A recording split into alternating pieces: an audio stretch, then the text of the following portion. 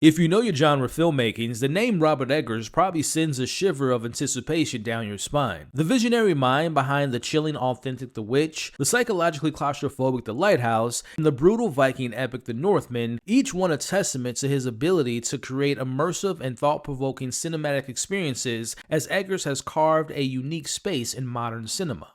To me, he's a master of atmosphere, historical detail, and crafting worlds that feel both real and disturbingly otherworldly, as he's now set his sights on a true titan of horror genre, and that's Nosferatu. But this isn't just a remake, this is a re-examination, a deepening, a potentially heartbreaking plunge into the heart of a Gothic nightmare. Meine Herren, we are here encountering the undead plague carrier. The vampire. Nosferatu. He's so powerful. I felt him crawling like a serpent in my body. To fully appreciate Eggers' retelling, it is crucial to understand the cinema impact of F.W. Murnau 1922's Nosferatu. As a silent film, Nosferatu relied heavily on visual storytelling, employing innovative camera techniques and striking imagery to create a chilling atmosphere. Count Orlok, portrayed by Max Schreck, is an iconic figure in horror cinema with his rat-like features and his haunting presence. The film's use of chiaroscuro lighting, long shadows, and high contrast not only enhance the Gothic aesthetic, but also underscore the existential dread and supernatural elements of the story. F.W.'s Nosferatu is more than a horror film, it is a meditation on the fear of the unknown and the terror of disease and the power of the vampire myth. Fast forward to December 5th of 2024, I can't think of the last time I've experienced a film that truly embraces its very bleak and dreadful tone, and not once was I ever not fully engaged and so captivated by the sheer artistry that was on full display from the opening scene to the end credits. Seeing this in IMAX was an experience that will go down as one of my favorites of 2024. If I were to describe this film in one word, it would be tragic. A tragic Gothic romance between characters, one that spawned from the pledging of souls, birthed from the yearning of something from the beyond in a time of darkness and desperation, and the other filled with hope and love found after death was invited. Let's begin this conversation with the film's focus on romance found in the Gothic shadows. Romance in Nosferatu may seem like an unlikely theme, given the original film's focus on the horror and the terrifying presence of Count Orlok. However, Eggers' unique storytelling approach allows for the exploration of this theme in a meaningful and engaging way. The relationship between the characters, primarily the dynamic between Ellen, who's played by Lily Rose Depp, and Nicholas Hoult as Thomas, offers moments of true love from the grim atmosphere. Everyone was dead. Father and everyone. The stench of their bodies was horrible. But I'd never been so happy. Now, in this telling of the story, Ellen is the primary protagonist this time around, and her journey opens the film with a midnight prayer of a spirit of comfort, but to her surprise, it's answered by a hunger that is both external and internal, suggesting a complex interplay of desire and fear. The film's opening sequence, which is fantastic, begins with a pronounced blackness. To me, this symbolizes the darkness within Ellen, a darkness that is both seductive and terrifying. The relationship between Ellen and Orlok is not just one of predator and prey, but it's also two souls intertwined in a Gothic dance of light and shadow infused with seduction and lust. Now, to bring forth such a beautiful and dark tale, you need actors who are dedicated to the craft, and the cast of Robert Eggers' Nosferatu is a testament to his ability to bring out the best in his actors. Bill Skarsgård for years was an actor I've always saw his potential, but unfortunately to me, early in his career, his efforts were just lost in projects like Hemlock Grove, Castle Rock, and his throwaway roles in the Divergent series. It wasn't until his portrayal in 2017 as the terrifying dancing clown Pennywise in It that I saw his full abilities as a true artist of becoming the character with the help of makeup. He was able to escape in a role and fully embrace the character. Well, though, Downey. Yes, we do.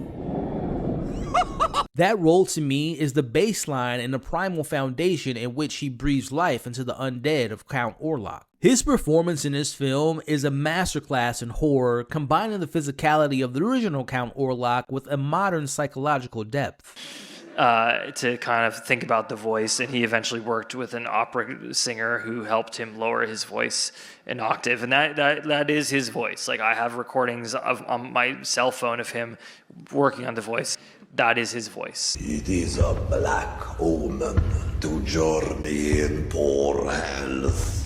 You will remain and well rest yourself. The fact that he trained with an opera singer to lower his voice is insane to me. And let me tell you, if it wasn't public knowledge that Bill Skarsgård was cast in the role, I would have never had a clue that was him in this film. I consider this to be a true transformation that won't get any award recognition, unfortunately, due to the award circuit lack of acknowledgement for the horror genre, but for fans of horror, I think we can all agree that he deserves all the credit and the praise in the world for his incredible portrayal of the iconic Count Orlok. Now, in 2014, I first saw Lily Rose Depp in Kevin Smith's Tusk, and 2 years later in Yoga Hosers. Now, if I'm being honest, both of those performances in those films weren't anything of note for me from her, but fast forward to 2019, we have Netflix historical epic drama starring Timothée Chalamet called The King. Now, Lily may have had like 7 minutes of total screen time, if that, but I'll never forget the lasting effect she left on me on her limited role in that film.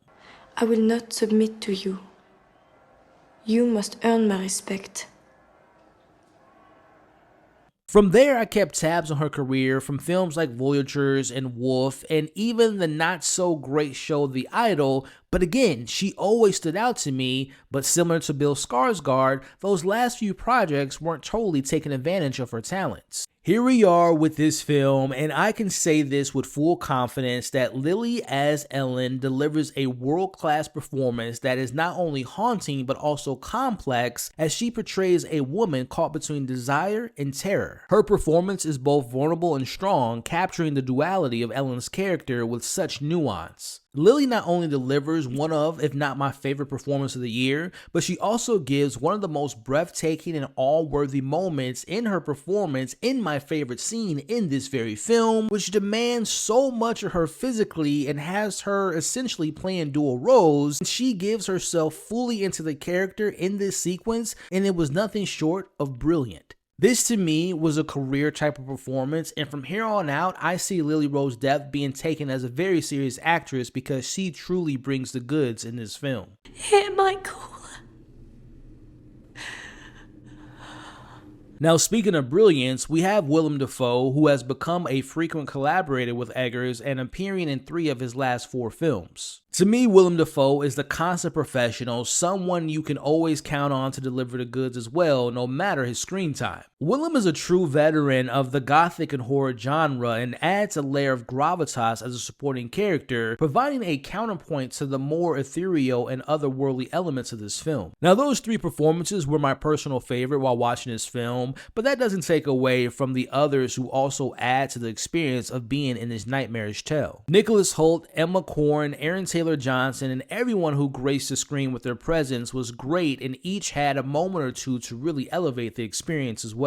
Now, going back to the genius of Robert Eggers and speaking to the visual aesthetic and the haunting sounds provided by the entire team behind the scenes. The visual style of Nosferatu is extraordinarily striking and innovative, just as his previous works. I can't explain how much this film operates in the shadows, yet it looks incredible and beautiful. Drawing inspiration from the original film's expressionistic style, Robert Eggers utilizes the lighting and puts a longing emphasis on the long shadows and the use of high contrast to utilize the Gothic atmosphere to create a sense of unease and dread. The beautiful set design and costuming truly reflect the 1838 Germany setting while incorporating elements of the supernatural and horror, creating a world that is both historically accurate and visually terrifying. Robert Eggers' use of visual motifs are key to conveying the film's themes. For example, the projection of Count Orlok's silhouette across Ellen's bedroom window serves as a symbol of the inner darkness that she must confront. Going back to the incredible opening of this film, which opens in true blackness, which gradually gives way to the flood of moonlight, which to me serves as a metaphor for the journey of arrogance to enlightenment from the darkness of the unknown to light of self self-awareness. The visual elements didn't just enhance the film's Gothic aesthetic, but it also provides a deeper, more symbolic layer to the narrative. Now, speaking to the Gothic aesthetic, Robert Eggers and his team just knows how to create mood, and it is a feast for the senses. From the decrepit mansion that looms like a specter over the town, to the dense, foreboding forest that seems to whisper secrets, every frame is meticulously crafted to invoke a sense of uncanny. This film's Gothic elements are not just visual flourishes, they are integral to the story, reflecting the internal struggles of the characters and the themes of the film. Again, with the production design, with its attention to historical detail and the artistic flair, it just creates a world that is both familiar and unsettling, drawing you into a realm where the boundaries of the natural and the supernatural blur. Now, as someone who always appreciates a good sense of sound, the score composed by a talented ensemble complements the visual style perfectly. It's a haunting symphony that resonates with the Gothic aesthetic, using dissonant and eerie tones to heighten the sense of anxiety. The music isn't just background noise, it is a character in its own right, guiding you through the emotional and psychological landscape of this film. Going back to the themes that this film tackles, let's speak about the idea of redemption through confrontation that is displayed. With the film being told through Ellen's point of view, it allows for her journey to find her confronting the horrors of her past in order to strive for a better future with her beloved Thomas. Going back to the original film's narrative, which ends on a note which shows the center of destruction of Count Orlok through the sacrificial act of Ellen, it's reinterpreted in this modern context. Eggers explores the idea that redemption is not achieved through external acts alone, but through the deep and internal confrontation with one's own darkness. Ellen's relationship with Orlok acts as a metaphor for this internal struggle, where the vampire represents the shadow within her that she must face to ultimately exorcise. There's a beauty in the sorrow that this film explores, as Helen's sorrow is rooted in the loss of her innocence and the realization of her own dark desires. Meanwhile, you have Count Orlok's sorrow being a reflection of his internal loneliness and the curse of his immortality, as the film does a wonderful job on focusing on both of those tragedies that both characters are burdened with. The film's exploration of sorrow is layered, touching on the themes of grief,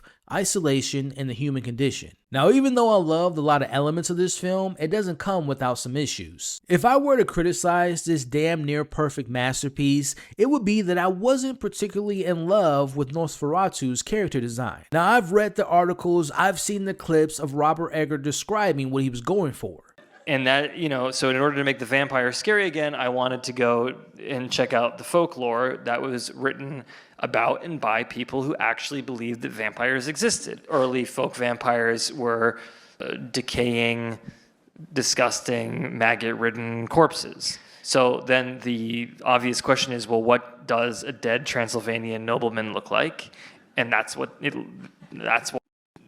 I dare any of you to find a Transylvanian nobleman without a mustache. I get it's accurate and it fits the look that he was going for, but it just didn't speak to me. And honestly, after speaking with some fellow film lovers after watching this film a couple weeks ago, I couldn't shake the comparison that someone mentioned of the look being similar to the actor Han O'Neill's Chief Mackenzie Bach, who plays the chief of the Gotham Police in The Batman and the Penguin. Do you see it? Because that's all I see. Again, I love the performance, I love the voice, I love the physicality from Bill Skarsgård, but again, I just wasn't in love with the design. But besides that one issue, if you couldn't tell, I thoroughly enjoyed my time with this film. At the time of this recording, I've seen the film twice, once in theaters and once at home, and seeing it a second time, it solidified itself as one of my favorite films of the year. I think that's a good place to end this video, but before I wrap, I need to hear your thoughts and experience with this piece of art. Did it live up to your personal expectations? Were you inspired by the filmmaking and the performances?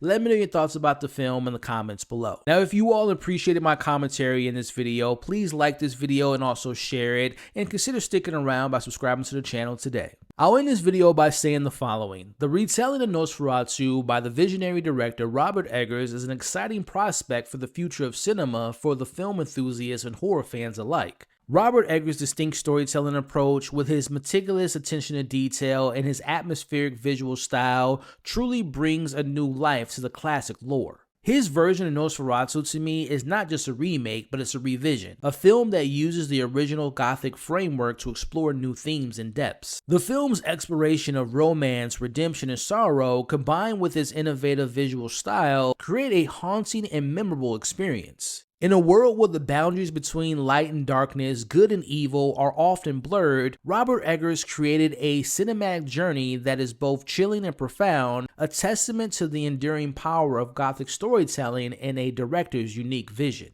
2024's Nosferatu is a pure Gothic romantic cinematic nightmare that left me in awe and left me in anticipation for the next Robert Eggers period piece masterpiece. There you have it. Thank you all for watching this video. I hope you all enjoyed it just as much as I did making it. At the time of this recording, it is the holiday season, so happy holidays to you all. And remember, you're awesome, stay safe, and I'll catch you all on the next video.